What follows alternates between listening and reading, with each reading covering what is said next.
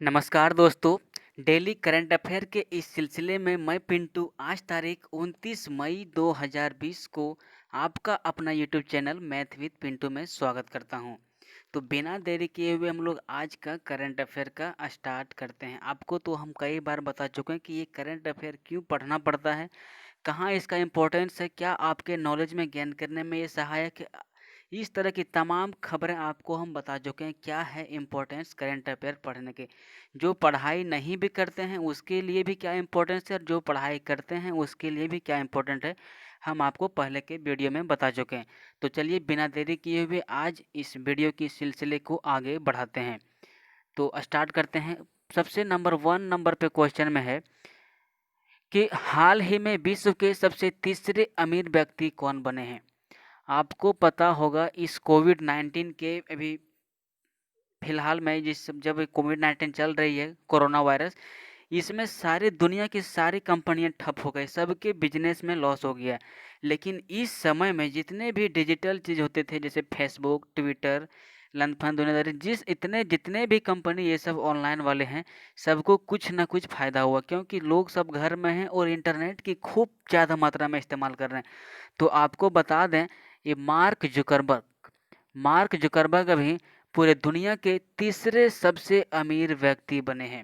अब आपका दिमाग में क्लिक करेगा कि भाई इसके पहले पहले और दूसरे जो अमीर व्यक्ति हैं वो कौन हैं। तो इसके जो पहले अमीर व्यक्ति हैं वो हैं जेफ एजोस, जो अमेजन की कंपनी है। ठीक है, जेफ एजोस, ये अमेजन की कंपनी जो है, सो ये नंबर 1 पहला पूरा दुनिया का सबसे अमीर व्यक्ति अभी है।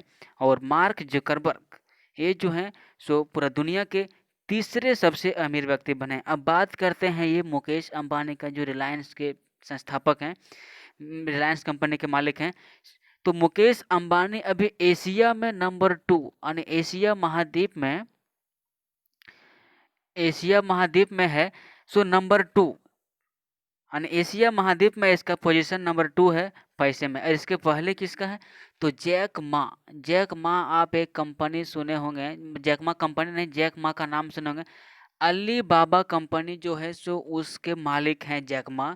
और यही जैक मा जो है सो एशिया के सबसे अमीर व्यक्ति हैं। और ये कहाँ से बिलोंग करते हैं, तो ये बिलोंग करते हैं चाइना से। तो क्वेश्चन नंबर 1 से आपको इतनी जानकारी मिलती है। चलिए क्वेश्चन नंबर 2 पे। ये बहुत ही इंटरेस्टिंग खबर तो नहीं है लेकिन इसको पढ़ना जरूरी है। हाल ही में किस देश ने मानव रहित ड्रोन हेलीकॉप्टर का सफलतापूर्वक परीक्षण किया है। तो अभी आपको बता दें, चाइना, ये जो चाइना है सो अभी मानव रहित यानी जो ये ड्रोन को बनाया है, वो ड्रोन बिना मानव का यानी उसमें मानव नहीं रहेगा तब पर भी वो ड्रोन को चलाया जा सकता है। और इसको अभी लॉन्च कर दिया है चाइना ने। तो ये चाइना को हम आपको बता दें, अभी इंडिया और चाइना के बीच बहुत ज़्यादा तनाव में है सीमाएं पे, यहाँ पे लद्दाख में। तो इस तरह की गतिविधियां अगर चाइना करता है, नए ड्रोन को मानव रहित तो बना दे या कुछ कर दे, और इस तरह से अगर गलत तरीके से हमला करता है तो फिर ये बहुत गलत तरीका होगा। तो आपको हम न्यूज़ के माध्यम से बता दिए कि चाइना ने एक ड्रोन को विकसित कर लिया है जिसमें मानव रहित बिना मानव के वो ड्रोन संचालित होगा। ठीक है, अब देखिए बात करते हैं चाइना का। तो चाइना का सबसे पहले आप राजधानी इसका होता है बीजिंग। और यहाँ के जो अभी प्रेसिडेंट हैं वो है शी जिनपिंग। कौन है, शी जिनपिंग। और यहाँ की एक करेंसी है वो है रेनबिनबी और युआन। रेनमिनबी यहाँ की करेंसी है और युआन, दोनों करेंसी, जिस तरह से हमारे यहाँ 50 पैसा का और 10 रुपये का कीमत है, उस तरह से वहाँ रेनमिनबी और युआन का कीमत है। बाकी बहुत दोनों एक ही चीज़ है, कोई डिफरेंस कोई खास ज़्यादा नहीं है। तो यहाँ का हम बता दें आपको, प्रेसिडेंट है शी जिनपिंग। ठीक है, और आपको हम जब भी पढ़ाते हैं तब आपको बताते हैं कि चाइना जो है सो थोड़ा सा इसका खराब पॉलिसी है, ये वन बेल्ट पॉलिसी को अपनाना चाहता है। ये पूरे एशिया महाद्वीप के जितने भी देश हैं सबको ये अपने कैप्चर में करना चाहते हैं। जैसे ये आपका हो गया नेपाल, भूटान, श्रीलंका वगैरह वगैरह, ये सबको ये अपना कैप्चर में करना चाहते हैं और सोचते हैं कि हम पूरा एशिया महाद्वीप में अकेले राज करें। ये चाइना की पॉलिसी है जो कि बहुत खराब पॉलिसी है। तो क्वेश्चन नंबर 2 से आपको इतनी जानकारी मिलती है कि मानव रहित ड्रोन को किसने बनाया है, तो चाइना ने बनाया है। तो चलिए क्वेश्चन नंबर थर्ड पे। क्वेश्चन नंबर थर्ड में है, बहुत ही इंटरेस्टिंग क्वेश्चन है। हाल ही में भारतीय पुरातत्व विभाग को 1100 साल पुराना शिवलिंग किस देश में मिला है? ठीक है, तो अभी भारतीय पुरातत्व विभाग, ठीक है, आर्कियोलॉजी, इंडियन आर्कियोलॉजी, इसको जो है सो 1100 साल पुराना, अभी समझिए 2019 चल रहा है, तो 2019 में 900 साल पुराना एक शिवलिंग मिला है। ठीक है, शिवलिंग तो आप सबको जानते हैं, जो आप फिगर में देख रहे हैं यही शिवलिंग है। ये किस देश में मिला है? तो वियतनाम में मिला है। अभी वियतनाम में 1100 साल पुराना शिवलिंग मिला है। अब बात करते हैं हम वियतनाम की। वियतनाम की राजधानी है हनोई, HANOI, हनोई। और यहाँ की जो करेंसी, जिस तरह से हमारे भारत में रुपया चलता है, उस तरह से वहाँ की करेंसी जो है सो डाग, क्या चलता है? डाग। वियतनाम की करेंसी क्या है? डाग। तो क्वेश्चन नंबर थर्ड से, और ये जो देश है सो साउथ ईस्ट एशियन में है। ठीक है, एशिया महाद्वीप के साउथ में है। यानी अगर आप यहाँ पे, ये मेरा इंडिया है, तो यहाँ से इसका लोकेशन दिखाएंगे तो यहाँ पे हो जाएगा आपका वियतनाम। ठीक है, तो क्वेश्चन नंबर थर्ड से आपको इतनी जानकारी मिलती है। चलिए क्वेश्चन नंबर फोर पे। क्वेश्चन नंबर फोर, इस तरह के न्यूज अभी बहुत ज़्यादा आ रहे हैं, क्योंकि ये जो आपका कोविड-19 है, इसके वजह से बहुत सारे देश के पास इतने फंड नहीं है कि वो अपने देश के लोगों का रक्षा कर सके इस कोविड-19 से। सो इस कोविड-19 से लड़ने के लिए दुनिया के तमाम बैंक सभी देशों को ऋण दे रही है, यानी लोन दे रही है कोविड-19 से लड़ने के लिए। तो देखते देखते हैं क्वेश्चन नंबर फोर में क्या है। तो बोलता है, हाल ही में एडीबी ने किस देश को कोविड-19 से लड़ने के लिए $250 मिलियन ऋण देने की घोषणा की है? तो आपको हम बता दें, नेपाल। ये जो आप नेपाल देख रहे हैं, नेपाल को अभी एडीबी ने कितने मिलियन, $250 मिलियन ऋण देने की घोषणा की है। अब देखिए, ऋण तो ये दे दिया, लेकिन आपको इसे जीएस निकालना है कि इसे क्या हमको लर्न करना है। तो बात करते हैं इस एडीबी की। ठीक है, इसकी स्थापना हुई थी 1966 में, और इसका जो हेडक्वार्टर है वो है मनीला। मनीला कहाँ पे पड़ता है? तो फिलीपींस में। ठीक है, और इसके जो, इतना इससे आपका एडीबी से क्लियर हो गया। और अब बात करते हैं नेपाल की।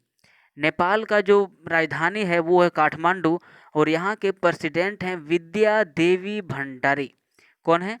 विद्या देवी भंडारी। और यहाँ के प्राइम मिनिस्टर यानी पीएम हैं ओपी शर्मा ओली। तो आपको क्वेश्चन नंबर फोर से इतनी जानकारी रखनी है।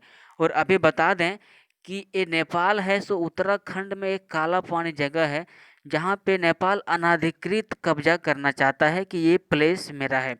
इस तरह से गतिविधियां कर रहा है नेपाल।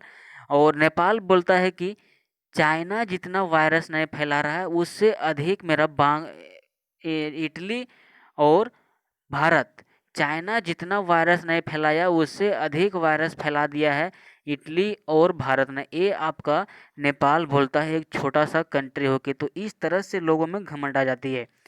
ठीक है, तो क्वेश्चन नंबर फोर से आपको इतनी जानकारी रखनी है। तो चलिए क्वेश्चन नंबर फाइव पे। क्वेश्चन नंबर फाइव में है, बहुत ही अच्छी खबर है। क्वेश्चन नंबर फाइव में हम आपको बताते हैं। क्वेश्चन नंबर फाइव में है, हाल ही में किस राज्य सरकार ने सार्वजनिक स्थलों पर मास्क न पहनने वालों पर 500 रुपये जुर्माना लगाने का ऐलान किया है? ठीक है, क्वेश्चन आप फिर से पढ़ेंगे। हाल ही में किस राज्य सरकार ने सार्वजनिक स्थलों पर मास्क न पहनने वालों पर 500 रुपये जुर्माना लगाने का ऐलान किया है? तो आपको हम बता दें, हरियाणा, मनोहर लाल खट्टर, इन्होंने इस बात का ऐलान कर दिया है कि सार्वजनिक प्लेस पे जो मास्क पहन के नहीं जाएगा उसको 500 रुपये जुर्माने पे करने पड़ेंगे। इस तरह की गतिविधियां सरकार, तमाम सरकार के माध्यम से इसलिए किए जा रहे हैं कि अभी चल रहा है कोरोना वायरस। इस कोरोना वायरस का एक सबसे मेन ये चीज़ है कि एक आदमी से 2 आदमी में फैलता है ये वायरस। और अगर कि कोई आदमी सार्वजनिक प्लेस पे, जहाँ पे पब्लिक प्लेस रहता है, जहाँ लोगों का भीड़ रहता है, वहाँ पे अगर वो मास्क पहन के नहीं जाते हैं तो लोग जो बोलते हैं या छींकते हैं उससे लगभग 1 मीटर दूरी तक इस वायरस का प्रकोप हो जाता है। इसीलिए इस तरह की गतिविधियां सरकार के द्वारा किए जा रहे हैं। ये सिर्फ मास्क ही नहीं, अगर वो पब्लिक प्लेस पे कहीं पे थूकते हैं बिना डस्टबिन के अलावे दूसरे पास, तब भी उसको 500 रुपये जुर्माना पे करने पड़ेंगे। तो आपको क्वेश्चन नंबर 5 से इतनी जानकारी रखनी है। अब आपको हम बता दें, हरियाणा के चीफ मिनिस्टर हैं मनोहर लाल खट्टर, और हरियाणा के गवर्नर हैं सत्यदेव नारायण आर्य। और हरियाणा में लोकसभा सीट है 5, लोकसभा सीट है आपका 10, और राज्यसभा सीट है 5। ठीक है, तो यहाँ तक आपको क्वेश्चन नंबर 5 से जानकारी रखनी है। इस तरह की तमाम छोटे छोटे question railway, group D, NTP से जितने भी एग्जाम होते हैं, छोटे छोटे वनडे एग्जाम, उसमें पूछ लिए जाते हैं। तो आपको एक भी पॉइंट नहीं छोड़ना है, इस तरह से पढ़ना है। ठीक है, तो क्वेश्चन नंबर 5 इस तरह से क्लियर होता है। चलिए क्वेश्चन नंबर 6 पे अब हम बताते हैं। ये भी इंटरेस्टिंग खबर है। आज 10 का 10 क्वेश्चन सारे इंपॉर्टेंट हैं, तो आपको सब लर्न करना जरूरी है। क्वेश्चन नंबर 6 देखिए, हाल ही में किस राज्य सरकार ने सभी निजी अस्पतालों को अपने अधिकार में ले लिया है? ठीक है, अब देखिए, सभी निजी अस्पताल, निजी का मतलब ये आप सार्वजनिक मत समझिएगा, निजी मतलब प्राइवेट अस्पताल यानी प्राइवेट हॉस्पिटल। आपको हम एक चीज़ बता दें, ये तो महाराष्ट्र सरकार किया है, इसका हम आंसर बता दिए। अब इससे आपको फैक्ट बताते हैं। अभी पूरे इंडिया में सबसे अधिक कोरोना वायरस के मरीज महाराष्ट्र में है, और सबसे अधिक मृत्यु भी महाराष्ट्र में हुआ है। वहाँ की सरकार बौखला गई है कि किस तरह से इस बीमारी पर काबू पाया जा सके। इन्होंने सारे सारे जो जितने भी थे प्राइवेट के अलावा दूसरे सार्वजनिक अस्पताल, सारे को देख लिया। उससे भी अगर मामला नहीं संभला, तब ये निजी अस्पतालों को अपने अधिकार में अभी ले लिया है। ठीक है, तो कौन लिया है? महाराष्ट्र। अब बताते हैं महाराष्ट्र का चीफ मिनिस्टर कौन है।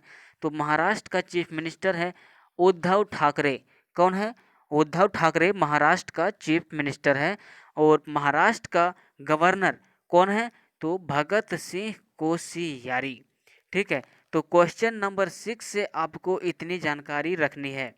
चलिए क्वेश्चन नंबर 7 पे अब आपको बताते हैं। क्वेश्चन नंबर 7, क्वेश्चन नंबर 7 में है, हाल ही में मुजतबा हुसैन का निधन हुआ है, वह कौन थे?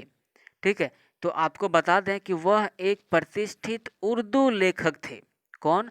मुजतबा हुसैन। मुजतबा हुसैन का अभी निधन हो गया है, और वह एक प्रतिष्ठित उर्दू लेखक थे। आपको इसके बारे में थोड़ी सी जानकारी दे दें। मुजतबा हुसैन का, इसका जन्म जो है सो 15 जुलाई, कब? 15 जुलाई 1936 को हुआ था। ठीक है, 15 जुलाई 1936 को हुआ था। और इनको पद्म श्री, ठीक है, जिसका रैंकिंग में 3rd पे आता है, पद्म विभूषण, पद्म भूषण और पद्म श्री, ये तीसरे स्थान पे आता है इसका रैंकिंग, जो 2007 में इसको मिला था। ठीक है, तो यहाँ से आपको इतनी जानकारी रखनी है। चलिए क्वेश्चन नंबर 7 पे, क्वेश्चन नंबर 7 में है, हाल ही में सिंगापुर में भारत के नए उच्चायुक्त कौन नियुक्त हुए हैं? एक होता है आपका उच्चायुक्त, ठीक है, तो उच्चायुक्त जो है सो आपका पी कुमारन सिंगापुर में भारत के नए उच्चायुक्त नियुक्त हुए हैं। अब बात करते हैं पी कुमारन। ठीक है, पी कुमारन आपको बता दिया। अब बात करते हैं इस सिंगापुर की। सिंगापुर की राजधानी है सिंगापुर सिटी। ये बहुत छोटा देश है, ये जो सो समुद्र के किनारे, महासागर के किनारे बसा थोड़ा सा छोटा सा देश है, बहुत बड़ा देश नहीं है। और सिंगापुर की जो करेंसी है वो है सिंगापुरी डॉलर।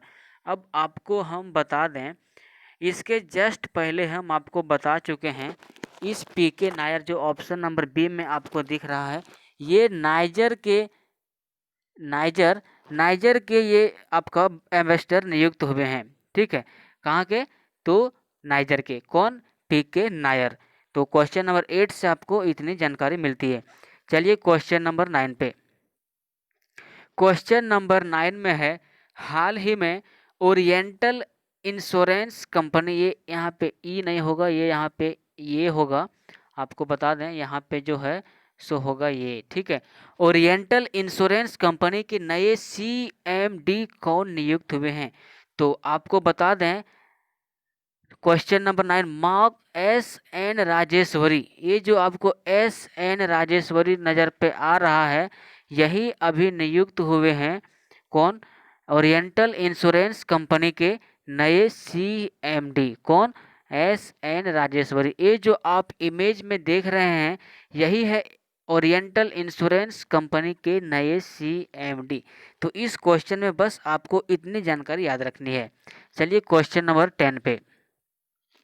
क्वेश्चन नंबर 10 में है, हाल ही में किस कंपनी ने 2021 तक, ठीक है, 2021 तक अपना पहला इलेक्ट्रिक स्कूटर लॉन्च करने की घोषणा की है? तो हम आपको बता दें, ओला। ओला जो एक कंपनी ऐसी है जो आपको एक जगह से दूसरे जगह बुक करने के लिए, यानी कहीं आपको ट्रेवल करना है तो उसके लिए इस पे ऑर्डर बुकिंग किया जाता है, ये वही कंपनी है। तो ओला जो है सो अभी ये बात की घोषणा कर दी है कि 2021 तक हम इलेक्ट्रिक स्कूटर को बनाएंगे, जिससे कि आपका पेट्रोल डीजल की खपत कम होगी और वायु पोल्यूशन कम होगा। अब हम आपको बता देते हैं ओला के बारे में, इस कंपनी के बारे में चर्चा है ओला की। तो ओला की जो स्थापना हुई वो हुई है 2010 में, और इसके जो हेडक्वार्टर हैं वो हैं बेंगलोर, और इसके जो CEO यानी चीफ एग्जीक्यूटिव ऑफिसर वो है भावेश अग्रवाल, ठीक है। तो क्वेश्चन नंबर 10 से आपको इतनी जानकारी रखनी है। तो इस तरह से आज क्वेश्चन 10 यानी 10 क्वेश्चन कंप्लीट होते हैं। इसका आंसर की यहाँ पे लिखा हुआ आप यहाँ से देख सकते हैं। और आपने अभी तक मेरे चैनल को सब्सक्राइब नहीं किया है तो इसको सब्सक्राइब कर लें और अपने दोस्तों के साथ शेयर करें। अगर वीडियो में किसी भी तरह की कन्फ्यूजन हो तो आप कमेंट बॉक्स में पूछ सकते हैं, इसके लिए आपके पास कमेंट बॉक्स फ्री है। और हाँ, आप मेरे टेलीग्राम चैनल को ज्वाइन कर सकते हैं, जहाँ से आपको जो हम पढ़ाते हैं इसका PDF मिल जाएगा। आप मेरे Facebook page math with Pintu को ज्वाइन कर सकते हैं, जहाँ से लाइक कर सकते हैं, जहाँ पे हम डेली करंट अफेयर के नए नए क्वेश्चन का अपडेट करते हैं। और मेरा ट्विटर हैंडल है @पिंटू कुमार। तो चलिए आज इतना ही। जय हिंद, जय भारत।